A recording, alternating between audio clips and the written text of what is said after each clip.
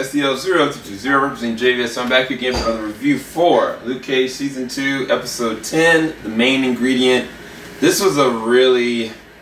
I don't know how to explain this episode. I'm gonna try. There's a section of the episode where it's got Mariah, Shades, Bushmaster's uncle. That is just dark. It's legitimately really dark. It's probably the darkest I've seen Mariah. And Alfie, she's gone through a metamorphosis as a character into becoming Black Mariah Stokes.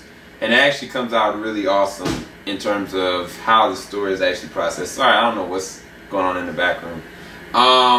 But then you got this other thing with Danny and Luke. And it is awesome. Like, it is not only hilarious, they play off each other very well. Danny is no longer like just completely weird all the time. He's actually kind of likable.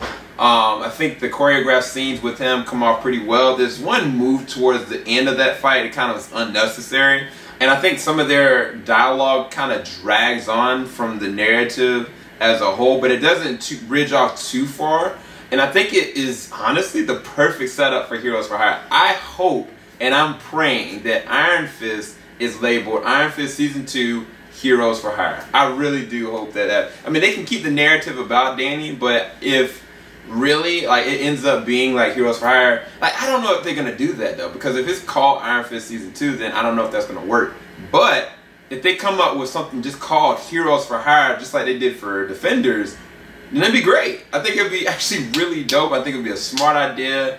And their chemistry in this episode was just impeccable. I really loved what they did with Mike Coulter and I forget my man's name, Finn Jones, in their interpretation of both of these characters. And I think that they've refined them a lot better to the point that I was like, I could definitely see you guys in a show together. Now, I think they played off of their comedic moments a little bit longer. Some of the dialogue ran a little bit long, but I think that could be tightened up in writing and in post with the right right directors and the right process.